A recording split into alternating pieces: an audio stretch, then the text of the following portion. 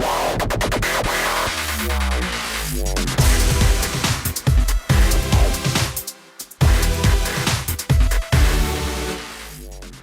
everybody, it's Monday, October 27th, 2025. Welcome to the NFL Fantasy Football Podcast, where we need to have a talk about the tush push. It's me, your man, MG Marcas Grant, joined by Michael F. Florio and LaQuan Jones.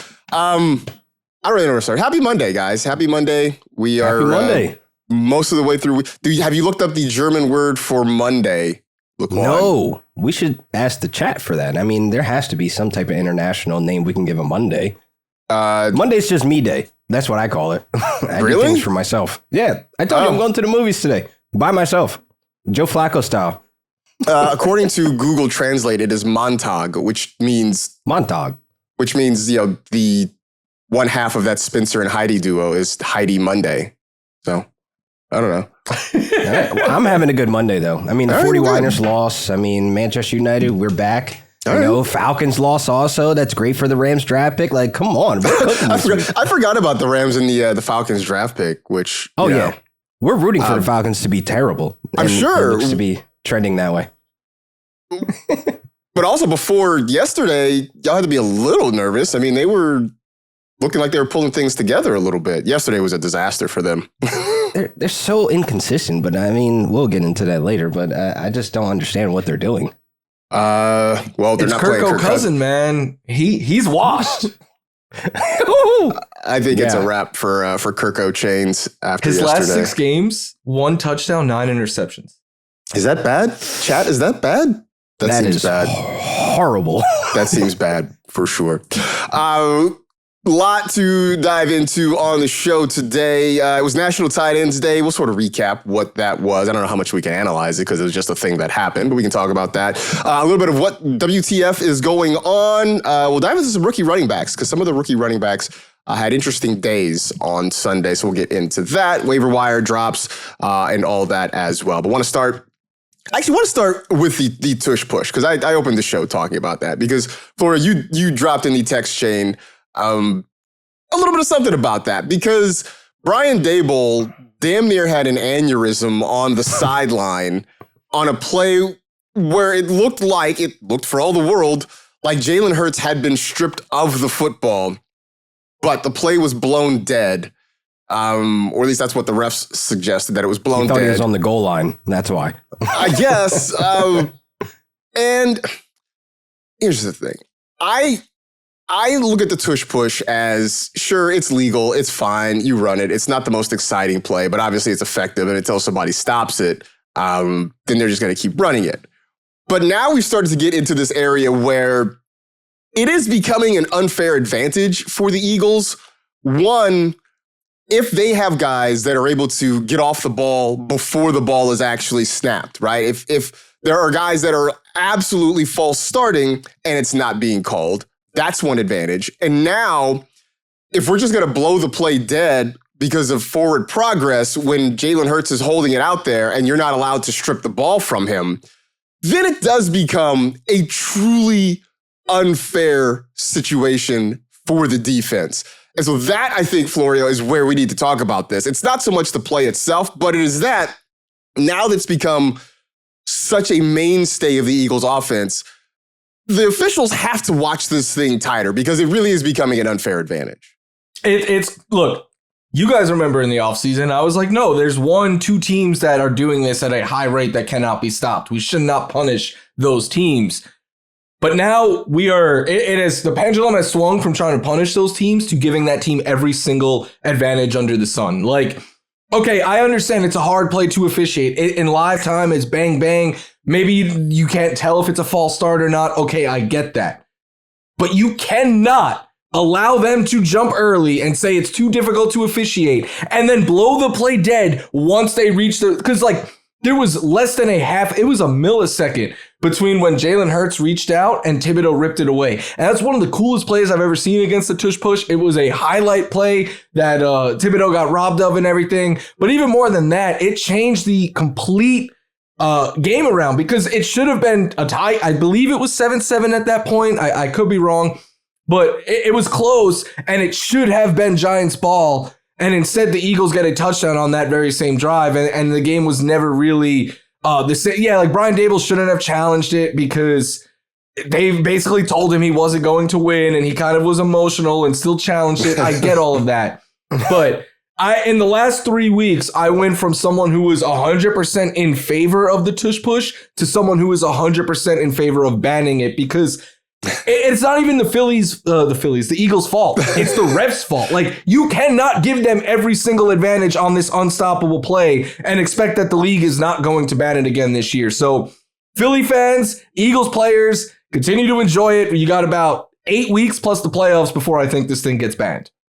Overrated. Just had to sneak the tush push, or you're still on the Eagles overrated thing. Yeah, they're overrated. They're 6-2, man. Who cares? They're 6-2. I mean, you guys are 5-3. You guys thought you were top of the table. I mean, you guys thought you were a first place team. We were just what happy does to the shut you up 49ers for a have to week. do with any of this? I don't know. I just looked at Marcus and then it just came to my mind. I mean, you guys thought you were a first place team. You can't hurt me anymore. I watched that Niner game, and the three of us would be just as effective as a pass rush as what the third team. The Niners defensive line looks like a week 3 preseason defensive line right now. I would think the three of us, especially since we got a dude who runs a 4.5, could be a much more effective pass rush. 4.6. 4.6. I'm sorry. I was at the track this weekend. I was stretching the hamstrings real good. So you can't really hurt me about the Niners right now. I know they got issues. The fact that they are 5-3 with The Walking Dead is playing with house money. So we're a first place team. No, you're not. No. We were just happy to shut you up for a week, at least for a couple days. Just like you guys know you can't shut me up. Do you understand the type of specimen I am? I am a motor that is endless. That Thursday night, that chat was a little quiet. I had work the next day. I was asleep.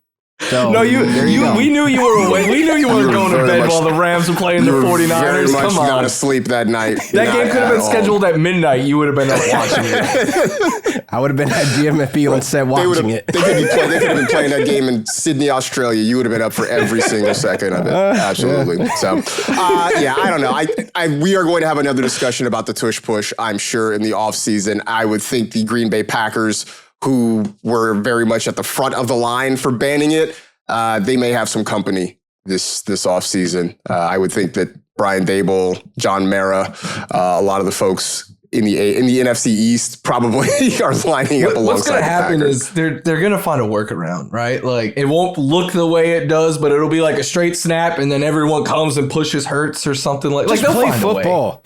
Just play football, man. I'm tired of seeing it. That's where I'm at with it. I just don't want to see it anymore. Well, I would suggest not watching any Eagles games for the rest of the year, because you're going to see it a lot between now and whenever the season is over for Philadelphia. So, speaking of which, some really awful news. The season is over for Cam Skattebo. Just a horrid looking ankle injury. Dislocated ankle is the diagnosis. He went to a hospital in Philadelphia where he had surgery. But his season, unfortunately, is over, which is a shame, obviously, for him, for the Giants, but for not just fantasy managers, but for all of us who watch football, because he was just so much fun to watch this season. And so, unfortunately, we're not going to get to see it again this year. So we wish him the best. Heal up quickly, come back out there. You are an insane person in the best way possible. So we want to see you back on the football field. From a football standpoint, though, Florio, when you look at this, obviously, Tyrone Tracy started the year as the RB1, was getting pushed by Skattebo, then he got hurt, and Skattebo took over that gig. Presumably, it's going to be Tracy that goes back to being the RB1. Can you expect him to put up the same level of production or something similar to what we saw from Skattebo this year? No. I broke out the Skattebo shirt today because it's the last time I could wear it all week, all year. Oh, that's sick. Yeah, I bought this over the summer when I was saying that Cam Skattebo is a better running back than Tyrone Tracy, and that's why I don't think Tracy can match the production here. I think he could be an RB2 or something similar to what we saw last season out of Tracy. He is more explosive than Cam Skattebo, so maybe we get a little bit more big plays, but he's not the physical runner. He's not the goal line runner.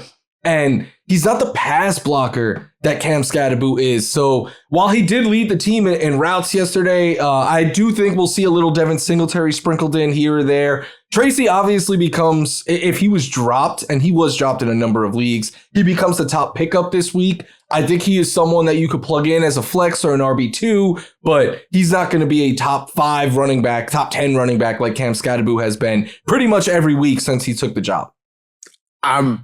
I do think, if you're doing your due diligence, you mentioned Devin Singletary. I think he's going to be a name that's added off the waiver wire in a lot of leagues. I would caution people that, look, I don't think Brian Daboll has anything out for Devin Singletary, but if we're going to flash back to their time together in Buffalo, just remember, Devin Singletary needed 3 forms of ID to get into the end zone. So that's just something to kind of keep in mind. Has benched Devin Singletary more times than I can count. So again, seriously, if you're in a deep league, I would go pick up Devin Singletary. I just wouldn't expect a whole lot from him in terms of production. Pour one out for Scat, man. That's a man. sick shirt. Florio's doing that New York thing where you wear two different New York teams, and I mean, like the Bills and then Giants.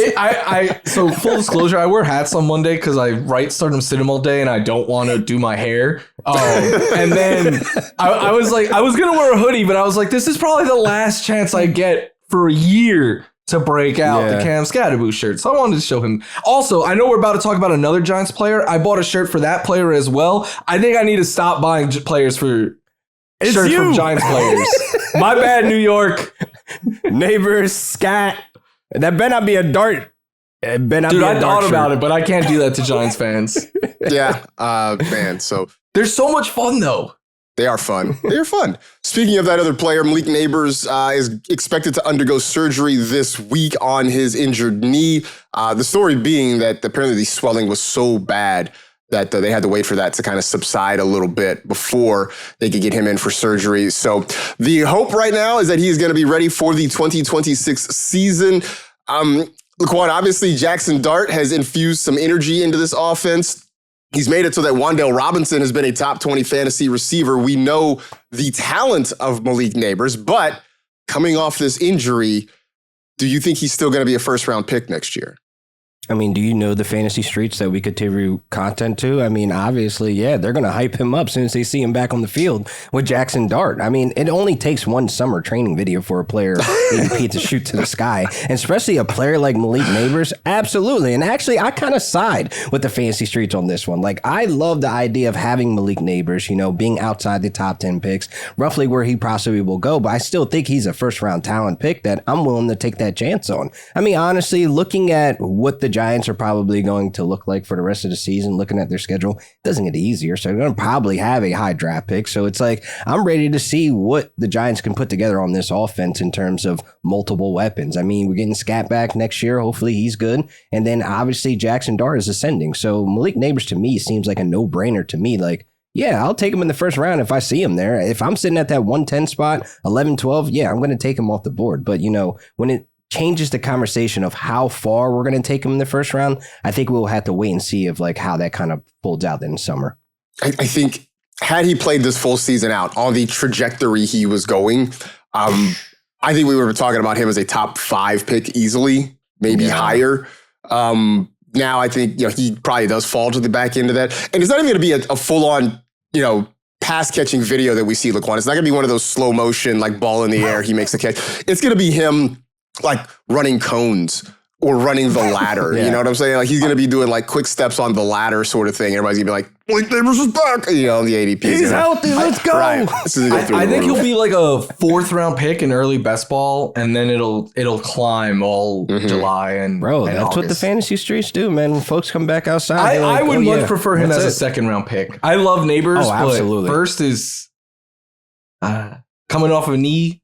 As every fantasy relevant player does, as every fantasy relevant player does in the offseason, there will be the day that player is the center of conversation, and inevitably that will bump the ADP up at least a round, maybe 2. So whose quads are going to make the ADP jump? I'm going to say he's a 2nd round pick.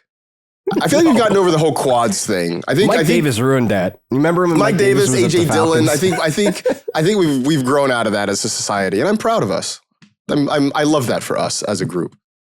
In Cleveland, Quinshon Judkins left the Browns game with a shoulder injury. Florio, is this because I dropped Jerome Ford? Did I fudge up by dropping Jerome Ford I dropped him in the morning because I needed to make some room on the roster. I was like, he's not really giving me anything. Did I screw up? I don't think you did. For a number of different reasons. Jerome Ford has just been the RB2 all year. Like, remember before Judkins was back, we were like, Dylan Sampson is the lead back here. Then Judkins comes back and Dylan Sampson kind of took a step back and was the RB3. I think the Browns have a set role that they like Jerome Ford in, and it doesn't change. Like yesterday with Judkins out, Sampson was the one that played more and had more involvement in the passing game. Plus, the Browns are on bye next week, so I think it's very possible. We haven't, this is speculation. We haven't really heard any official, or at least I haven't seen anything official on Judkins yet, but I'm not ruling him out of potentially being back after the bye. And if he's not, I think Dylan Sampson is the back you want to roster. So I don't think you fudged up at all. All right, great. I was channeling Alan from the Hangover. I fudged up, guys. I fudged up. Down in New Orleans, apparently the Saints have had enough of watching the Rattler play quarterback. The first few weeks of the season, he was about average. He was kind of like replacement level quarterback. The last couple of weeks have been pretty bad. He had maybe one of the more embarrassing pick sixes you will ever see, where the ball was tipped up in the air by Anthony Nelson, who then just ran over, kind of did the Allen Iverson step over on his way to the end zone. I started the Bucs defense everywhere I could. I've started them in a couple leagues, but I faced them in one really close matchup, and that flipped. I lost solely because they put up 26 points. Blurg. So anyway, Rattler gets benched. Tyler Shuck comes in and takes over the rest of the game.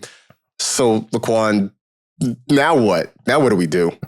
I want to start off by saying I don't understand why he was benched. I understand the turnovers were there. The offense needed a spark, but for them to bench Spencer Rattler, who's completing over 70% of his passes, who's actually attacking downfield. This guy had 8 completions of 10 plus yards.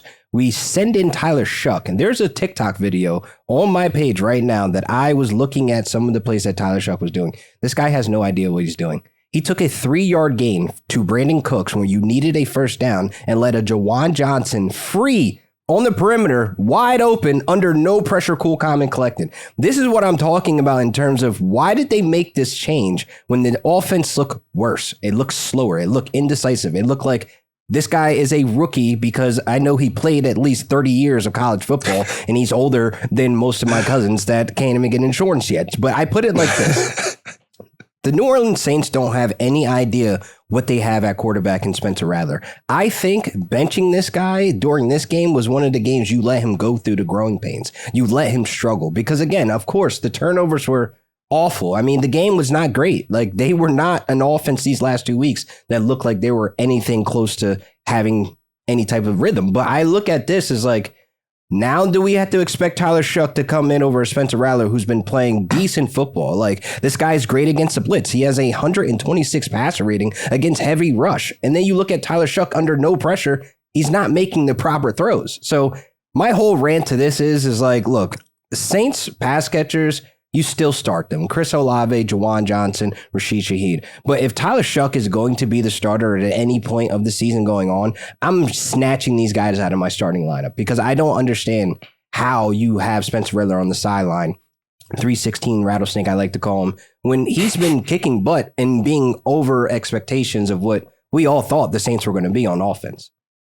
Well, I think the next step in the process is to see what the Saints are going to do with him. Was this a, hey, we just want to sit you down, let you clear your head? Or is this like a, hey, we gotta try to turn things around, which is sort of funny on a team that, people have zero expectations for. Are we going to see? Tyler Shuck is not the answer at all. I'm not saying I don't think the answer's on their roster. I think they have 2 bad quarterbacks. Spence at least gives you he gives his pass catchers the opportunity to make big plays. If you're going to take the easy throws, how many times are we going to see him throw 3 yards? Tyler Shuck should be well more developed than where the heck he's at if he's this veteran quarterback. But what happens? What happens if he gets first team snaps all week, right? As opposed to being thrown in the fire of a game that was pretty much lost at that point. The entire offense, no disrespect to Chris Olave because he's been balling, and Juwan Johnson, it's 13. Like, it doesn't make a difference. There's nobody else out there that has that enough ability to first team reps. Like, chemistry, you build within, practice and everything, but Tyler Shuck is not good. I'm here to say that. Don't get it twisted. I'm not sitting here trying to cape up for Tyler Shuck or Spencer Rattler. I have no real strong feeling about the Saints quarterback situation other than what Florio said. Like, their quarterback of the future is not. I have Juwan Johnson in every league, and I need him to prosper and thrive. So, like, there's no me just saying that one guy should definitively be the answer over the other guy. I just, I think for our purposes now, I just need to know what is Kellen Moore thinking? Where is he going to go next week? They're coming out to Los Angeles to play the Rams. So whoever it is, they've got to deal with Jared Verse, right? They've got to deal with those guys up front. And I just want to know, can I have more confidence in Chris Olave? Is Rashid Shaheed still going to be a Saint this time next week? That him and Olave potentially could be gone. Right. I mean, there are questions I want answered. And so that's why I just want to know, is it Shuck or is it Rattler? So that I can make other decisions. Like, Kellen Moore, you do what you're going to do, but you let us know so that we can all plan accordingly. That's all I got. Don't play Shuck. Yeah. It was National Tight Ends Day, which is like, we should just call it National Tight Ends Weekend, right? Because technically, I guess it started on Thursday with Aronde Gadsden going ham on the Vikings. But then I took a look at what we've gotten so far over the weekend, including Thursday and the games on Sunday as well. So here are the results so far from National Tight Ends Day. Tight ends in Week 8 accounted for 113 catches, 1,203 yards, 13 total touchdowns, with Tucker Kraft and Dallas Goedert each having 2 apiece. And this is with Jake Ferguson, who is the tight end 1 right now, getting 1 target, 0 catches, and 0 yards. I find that out the hard way because my wife has Jake Ferguson on her team. And she screamed at you. As I was eating dinner last night, she's like, how did I get a 0? I'm like, what, on your whole team? She's like, no, from Ferguson. I was like, oh. I was like, there was a lot of points in that game. She's like, he got a 0. I was like, oh. I'm like, welcome to fantasy. Sorry about your luck. Like, I to the struggle. Ain't nothing I can do about that. But the tight end 1 gave you absolutely nothing. There's still 2 tight ends left to play on this weekend. Travis Kelce, who's the tight end 8, and Zach Ertz, who's the tight end 14, will play on Monday Night Football. Of course, Ertz not going to have his normal quarterback with Marcus Mariota getting the start. I'm calling up the schedule makers.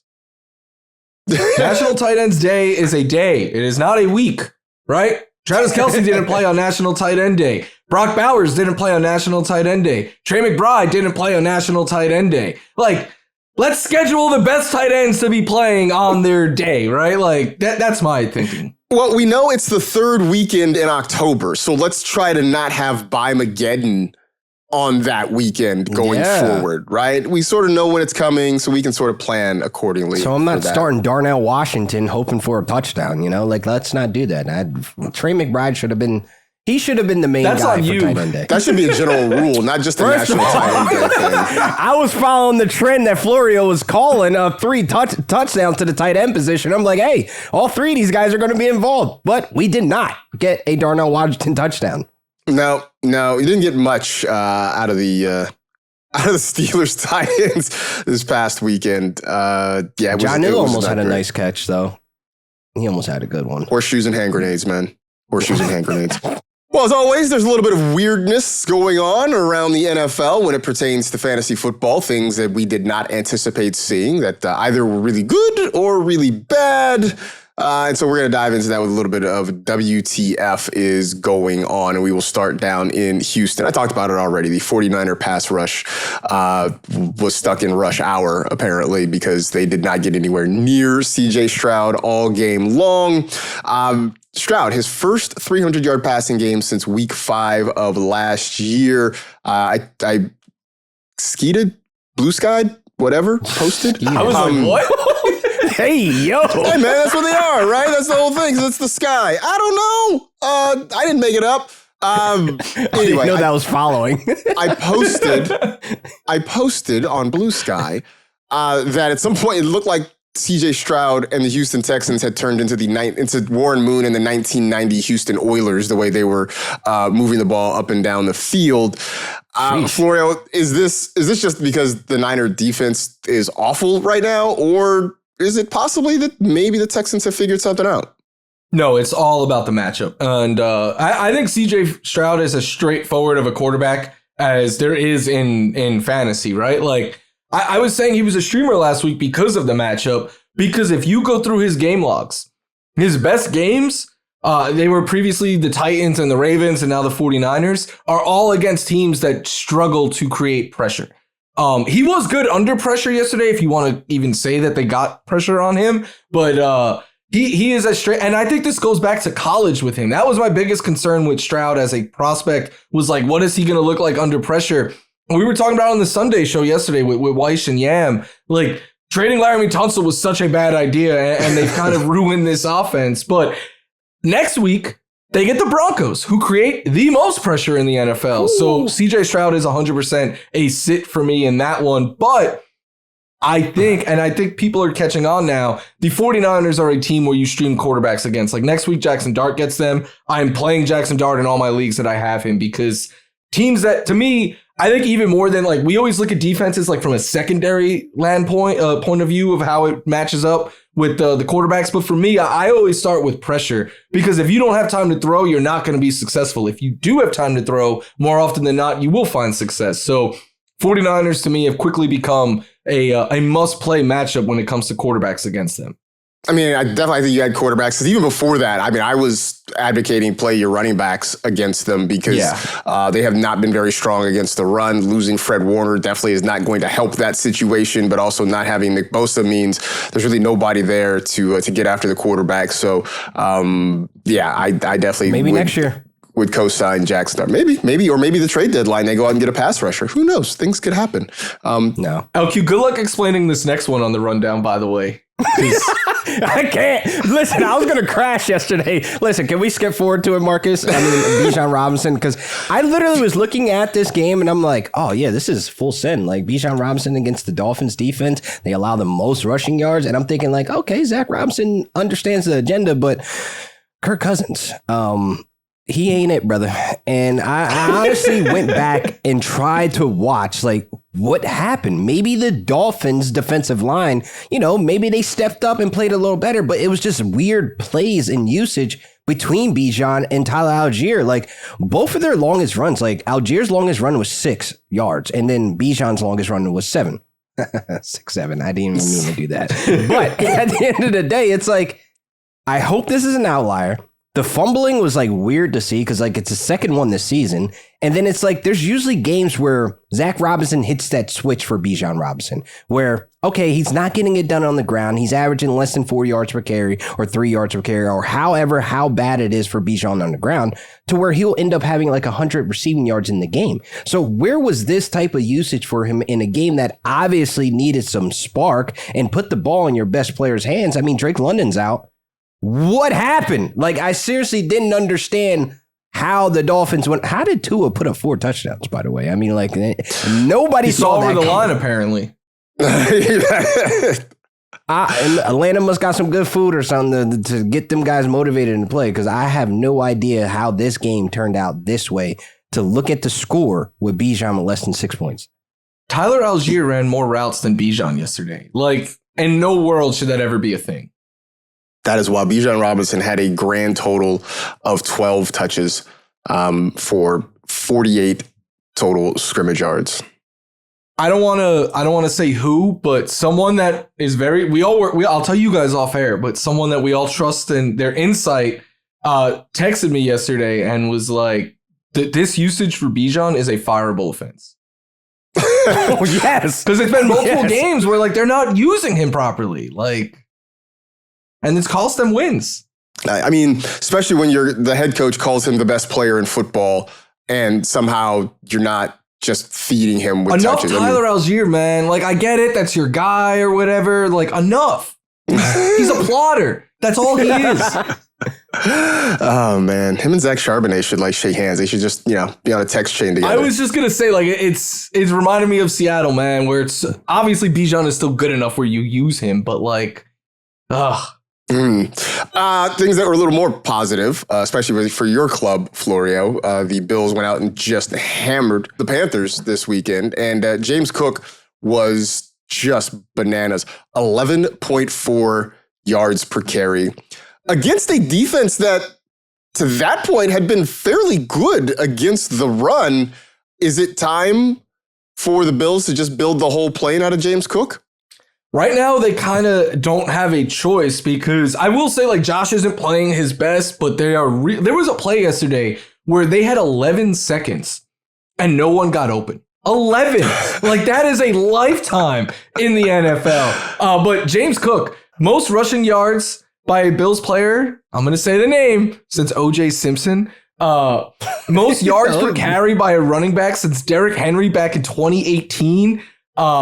Fourth player ever to have this stat line on less than 20 touches. Like, he is incredible. He was worth every cent they paid him. And I said it like a few weeks ago on Fantasy Live. There's maybe like 5 or 6 running backs I'd rather have over him rest of season. And yeah, like there's not a whole lot of analysis here besides he's just amazing.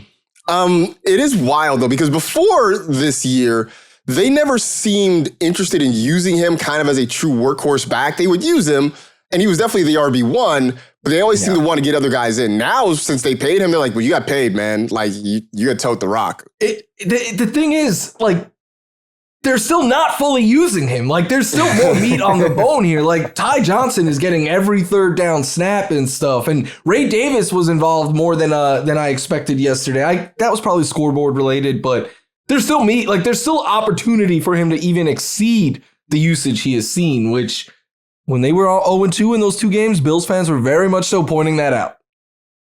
So hopefully continue, especially for folks who drafted Florio. James But be Cook. honest, you were a little nervous in that first half, though, with the Panthers defense. I was at no how they point were handling. nervous.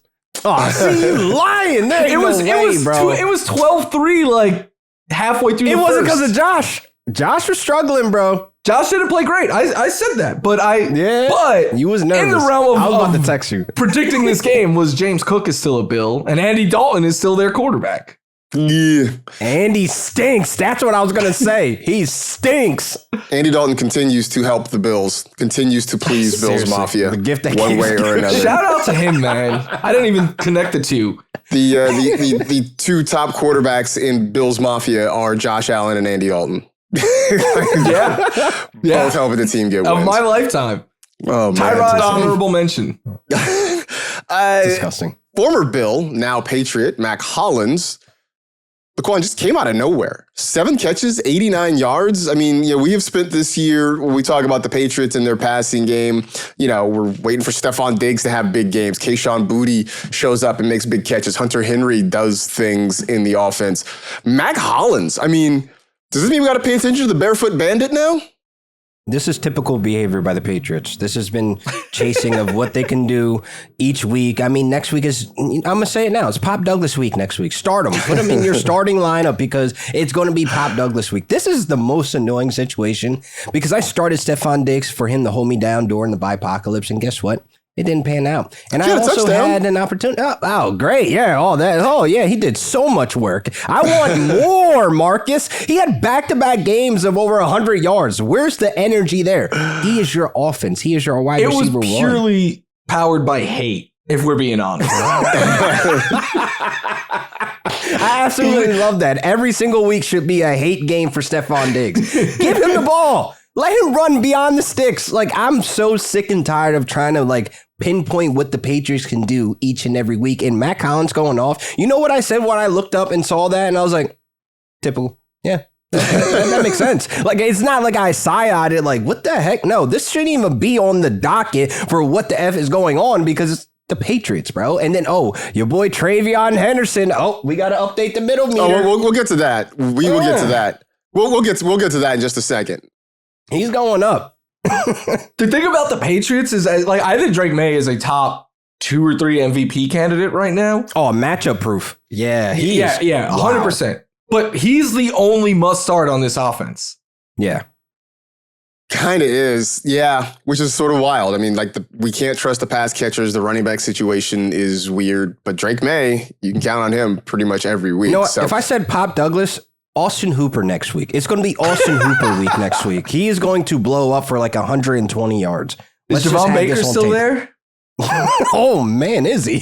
I can't wait for all the posts next week that just like Austin be hooping. Like that's what's going to be, just a lot of that all over social media. I see it now.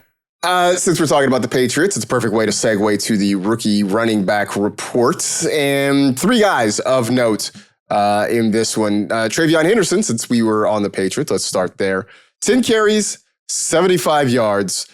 Florio, we'd all been sort of joking about this, right? That it was going to happen after the point that everybody had given up, right? When people were just like, it's over, it's done. I'm either benching him or maybe I'm rage dropping him. That's when it would happen. 10 for 75. Are there going to be a lot of people rushing to the waiver wire to get him? And are they going to be disappointed next week when it goes back to what it was? Probably, because I'm going to talk nicely about Travion, but that goal line, it wasn't goal line, it was a red zone fumble. But it was like the Bijan type fumble. Like Bijan doesn't fumble often, but when he does, he like throws it forward to the other team. It's like hilarious, right? Yes, that's what Travion did, and it cost them points. And then I don't believe I'd have to go back and double check, but watching that game, I don't think we saw Henderson again the rest of the way. So that is concerning, because if it was Ramondre, Mike Vrabel would have a whole Word doc typed up about how it wasn't his fault. But since it's Travion, he has to get benched.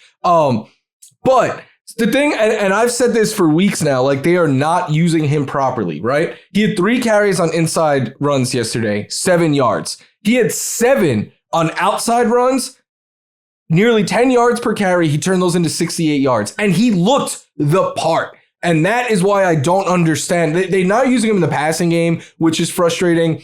I still think Travion is someone you want on your roster, but I'm not going to sit here and say like he's back to being a must play or something like that. But I do think the arrow is definitely pointing up, and I'm curious how high he climbs on the middle meter. Well, before we get to that, to bolster your point, yeah, that fumble was his last snap of the ball game. So he hates him. Mike Vrabel hates him. Dude, Ramondre could straight up hand the ball to the other team, and Vrabel would be like, it's not his fault, Ramondre can man. step back, drop back like a quarterback and throw it in the parking lot. He would not care. Like, he's like, you could do whatever He'd be you like, want, did bro. you see how tight that spiral was, though? But at least that's not a turnover. It's just an incomplete pass. I will say, Stevenson did have almost the catch of the game. He was out of bounds, but he almost did came lost down a with dude. it. Yes. Yeah. Yes, that was awesome. See, I like Stevenson. He's a good guy. Well, speaking of rookies that folks had kind of given up on. Wait. Where's he on the middle meter? Yeah, he's the middle meter. That's right, the middle meter. I will say is he still hen no, or does he at least get to be hen do now? He's hen no. Like, I was thinking, like, maybe we could just push him up probably 2 spots, right? This is the flex area where we could start considering talking him about flex. This was a good performance by him on the ground. The problem is that fantasy managers were not able to benefit from it because he either A, was on the waiver wire, or B, on the bench. So it's like annoying. Like, I want to boost him all the way up because we know how much of a good player he is. But he is toxic, man. Like, I cannot have him. I mean, like, honestly. He's not toxic. He is toxic for my team. He's toxic. The relationship is toxic, bro, because I love watching his film. I like going back and seeing all the hype, all the videos, the mixtape videos on YouTube. Like, yo, this dude is electric. Like, I named him one of the most electrifying running backs in sports entertainment, but we have yet to see that. I definitely broke that. But I just, listen. Yeah, she's going to be mad. But listen, I want to say this, right? If Travion Henderson goes out next week and surprises us all, right? If he goes out there and has like one of the same games he just had without the fumble, like, I don't even care about the fantasy points because he only had 5. I just want to see this type of usage, this type of production, and for him to have the opportunity to look the part. That's just my biggest thing here. All right. So we'll see if he gets more opportunity, whether or not he's able to surpass. I won't say surpass Ramondre because that's probably not going to happen, but at least close the gap between him and Ramondre. But RJ Harvey, another one that pretty much people had tapped out on because he was really getting nothing. And then yesterday, LaQuan, 8 touches, 51 scrimmage yards, and 3 touchdowns. I saw the post from our friends over at Roto World that basically said RJ Harvey scores 3 times for your 1-6 fantasy team. Because chances are, if you've been rolling with RJ Harvey consistently, you do not have a good record. You are not in playoff contention. And somehow if you caught this lightning in a bottle, congrats to you. I mean, LaQuan, the touchdowns were great. Only 8 touches, though. That feels like it's going to be hard to really still get behind. Toxic. Another toxic relationship I can't wait to get away from. Because to be honest, I'm more on Harvey's side than a Travion Henderson. Because I started Harvey. Because I'm like, all right, look, it's the Cowboys. Bo's going to get them in striking distance a bunch of times. And we know how bad the Cowboys defense is. He could bust one off. And that's exactly what happened. But it's more so the usage. Why does he only have 8 touches? This should be the game you should unleash Harvey. I wanted Harvey to put up a 40 burger. Because he probably could have if he would have got more than 8 touches. So I do think that the dynamic of trying to trust Sean Payton, trying to trust his backfield, it's still very like murky. Like you can't really pinpoint of like, hey, I can start Harvey as a flex this week because Sean Payton knows that you're starting him this week. He listens to the pod probably. He's probably a friend of the show that we do not have on. But Sean Payton, if you were hearing this, RJ Harvey is good at football. Give him the ball. Stop. It's also sort of hard, though, when you got J.K. Dobbins running for like 7.5 yards per carry, too, like he did yesterday. Why did he strip him of his touchdowns? Why didn't J.K. get some opportunity to get some touchdowns? I mean, that was an issue. So it makes it where you almost don't want to start either of them. I had a Broncos fan in my mentions yesterday, and it's conspiracy, like tinfoil hat, but they were like, Sean Payton is trying to decrease the market because J.K. Dobbins is on a 1-year deal so that he could get him back more affordable next season. And I was like, you know what? You might be onto something. He would play 4D chess like that. Like that does seem like a thing that he might do. I'm seeing a lot of running backs sliding. Like Ollie Gordon slid a couple times in that Miami game of like avoiding contact. So I think like guys are starting to be more aware of their body and the value of the running back. Like durability gets you jobs, man. It does. No, it absolutely does, for sure. As we're continuing on our rookie running back chat here, Woody Marks, 111 scrimmage yards, got it done both on the ground and through the air. Is he officially, Florio, the RB1 now in Houston?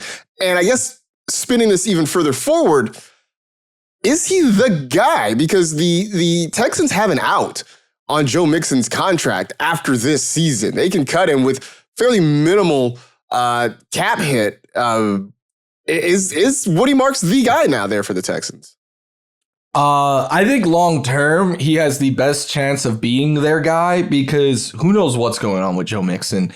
And Nick Chubb, this is maybe his last year or something, but it's hard to say he is the guy right now because Nick Chubb, they split snaps pretty much down the middle, but Nick Chubb had 17 carries to Woody's 11. Woody had more routes and targets and obviously is more explosive. But Nick Chubb's involvement is something that is going to keep Woody Marks as a flex range play and someone that until we see him get more, because we've been had before. Like, I know LaQuan went on a whole rant about how we were like following the tea leaves and stuff, and he was 100% right. And then it looked like it was Nick Chubb again.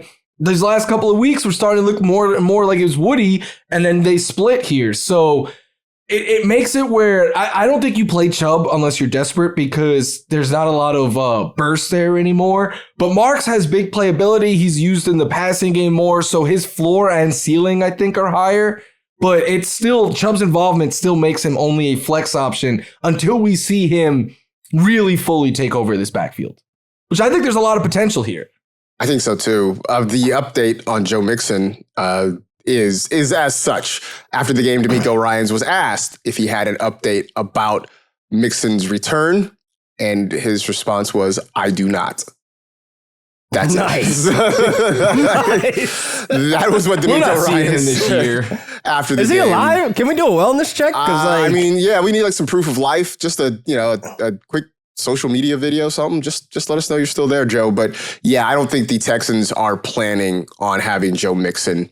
It seems like they're moving forward, and it just makes me think that might be it for Mixon with the Texans. I'd be surprised if they bring him back for next year. Stranger things have happened, but that's sort of what I'm looking at right now. This is one of the stranger potential end of careers we've ever seen. Right. It's wild. There's been no word, no updates, no nothing. I got a couple end of careers on my head right now. I mean, yeah, you could rip your jersey off and then hype the crowd up on your way through the end zone. That's the best end of career. You could pull Avonte Davis and just walk out of the locker room at halftime in week 1, just get in your car and drive away. I mean, there are some weird ones, but this one is very high on the intrigue list. For Dynasty sure. leagues that I leave or want to leave, I send the Antonio Brown meme. I'm like, I'm out. I like. You guys are not active. It's boring. I'm out. I might have to steal that from you this offseason. We'll see. All right. As everybody's getting ready to make some waiver claims for week 9 coming up, we got some guys to drop, some guys to add. I have learned my lesson. I'm going to start with the drop guys because we can end the show on a more positive note. See, I can be taught. So here in the drop zone, LaQuan, who is going back into the free agent pool? I need the fantasy streets to tap in. And I need chat. Come on, come closer. Listen. Stop hitting me my DMs about Jerry Jeudy. There is no question in any desire to say, hey, should I start such and such or Jerry Jeudy? My response to every single DM I've gotten when I've seen Jerry Jeudy is, why is he still rostered? 73% of leagues he is still rostered. Drop this man. He is catching 40% of his targets. Drop this man. This guy's not even the wide receiver 1 on his team. Drop this man. So please, folks, it's time. Let him go. There should be no reason why he's rostered in this many leagues because I don't see any arrow that's pointing up for him to be fantasy relevant. He has 1 game this season over 10 fantasy points. That was in week 1. Folks, we are heading towards week 9. You are obviously not going to the playoffs. You are obviously not even looking or even smelling the playoffs or even have the idea that you can win another game if you are still rostering Jerry Jeudy and asking if he should be started. End rant. What's funny about that is, I put together the rundown. I send it out. I left this part blank because I just want to let you guys get in there and get your first cracks at who to put in there. And so when I was like, okay, let me go fill. And I was like looking, I was like, dude, Jerry Jeudy. And I looked at LaQuan already had filled him in. I was going to put Jerry Jeudy as well. Why is he still rostered? The only saving grace I could think of is maybe he gets traded. That's the only thing I can. Who wants him? Who wants him? He's cheap. The Patriots. He'll be a Patriot. Let's honestly, go. The Bills. That's who came to mind. I mean, he had one short run late in 2022 with the Broncos. He had the one run with Joe Flacco with the Browns when pretty much everybody else was injured and there really were no other options for Flacco to throw the ball to. Beyond that, there has been nothing in Jerry Jeudy's career to make you believe. Steve Smith was right. That Winston and Dorsey stretch of like 6 games last year was fun. Yeah, I forgot about that. But I do love that. That's very funny that all 3 of us were like, Jerry Jeudy's got to go. Yeah, he's like 56% rostered or something like that. Yeah, I feel like that's just, I don't know. It's just, I don't know. I'm really trying to come up with a reason why. And I just, you know what? Here's why. Because nobody is starting Jerry Jeudy. Yeah. Right? So he's just sitting on people's benches. And you look every week, like you just gloss over him, right? When you're making roster moves, you gloss over him because he'll give you, 7 points, 8 points. Like it's not like he's putting up a whole bunch of 1s and 0s, right? Like it's not that. He's an anchor guy. You just forget about him. And so he just sits there on the bench and you don't bother to make the move. And then, I'd rather roster the 2 people you got. Right. You sell yourself that in a buyer injury, I could plug Jerry Jeudy in, but all he's doing is taking up a valuable roster Just spot. taking up space. He's bad. Oh, man. Florio, who's your drop guy this week?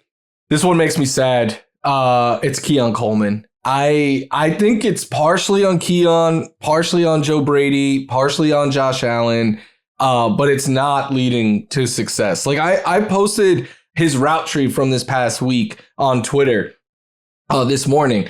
2 of his 3 catches were across the middle. And it's something I've said a lot this year is like they have tethered him to kind of be like the outside X. And I think they are simply putting too much on a young player's plate.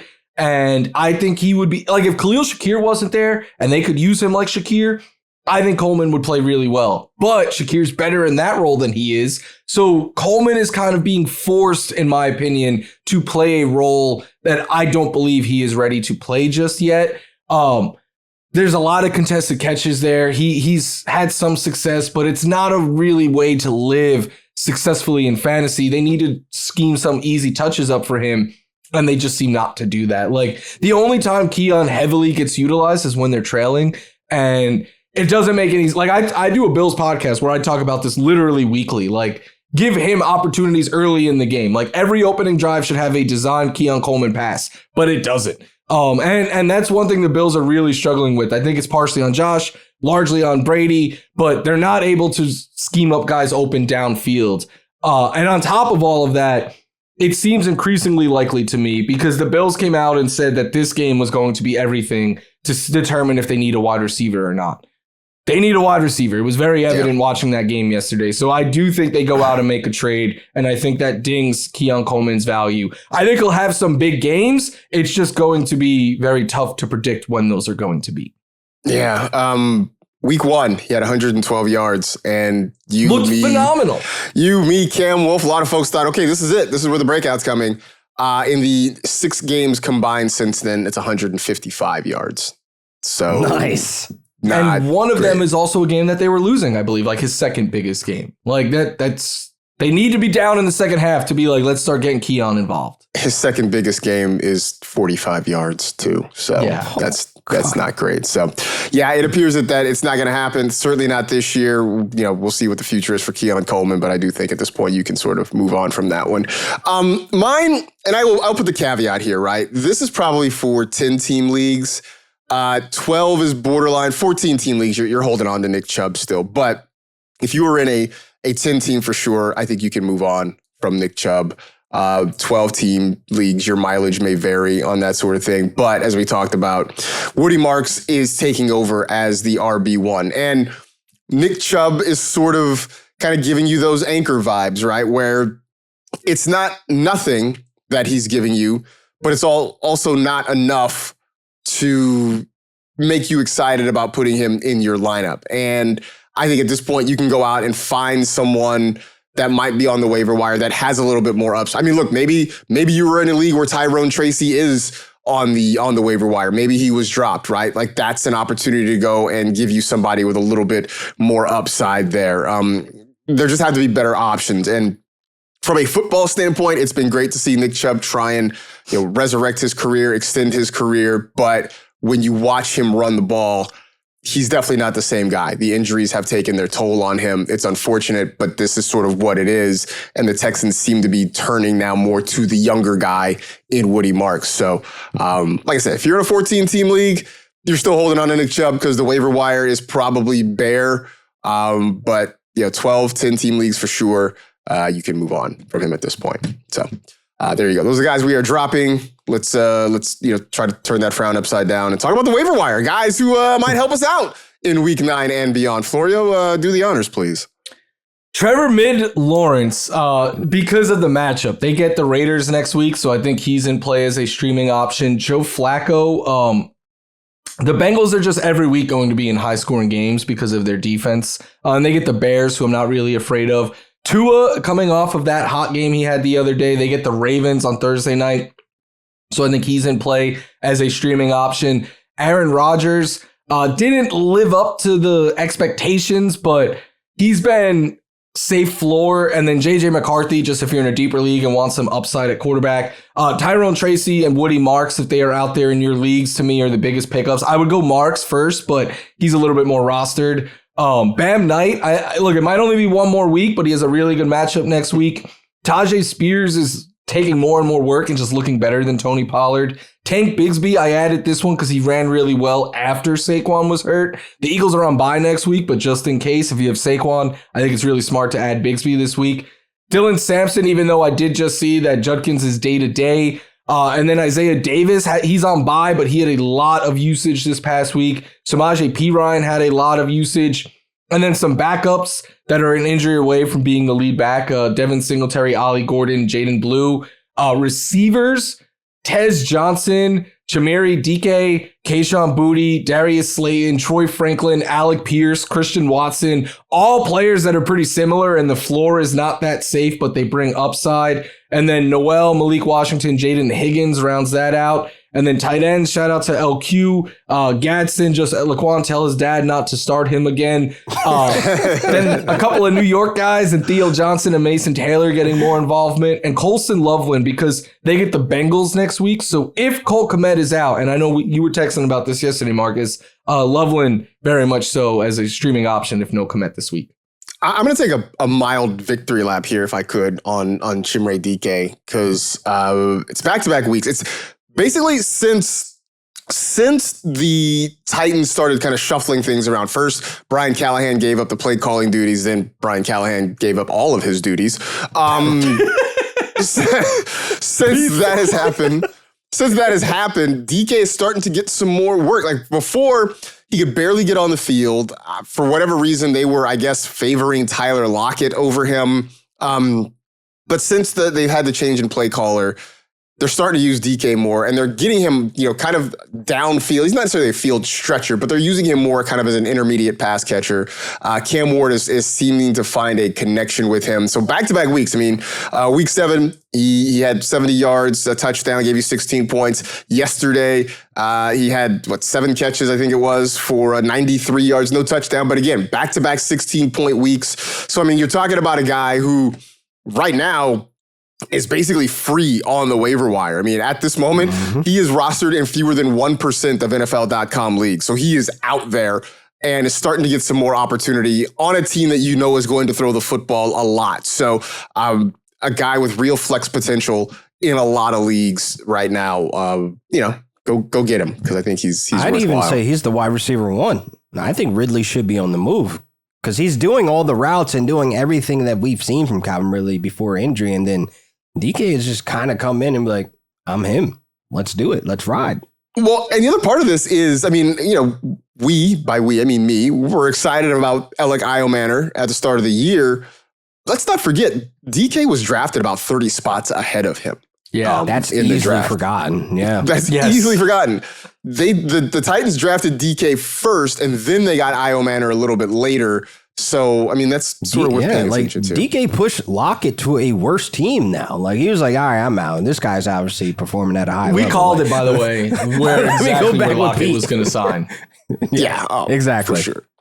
That was obvious. Sure. Absolutely was obvious. So yeah, DK, a guy that's definitely worth looking at on waiver wires for sure. So there you go. That'll do it for this edition of the NFL Fantasy Football Podcast. Stay happy, safe, and healthy. Do good and live well. Enjoy Monday Night Football, everybody.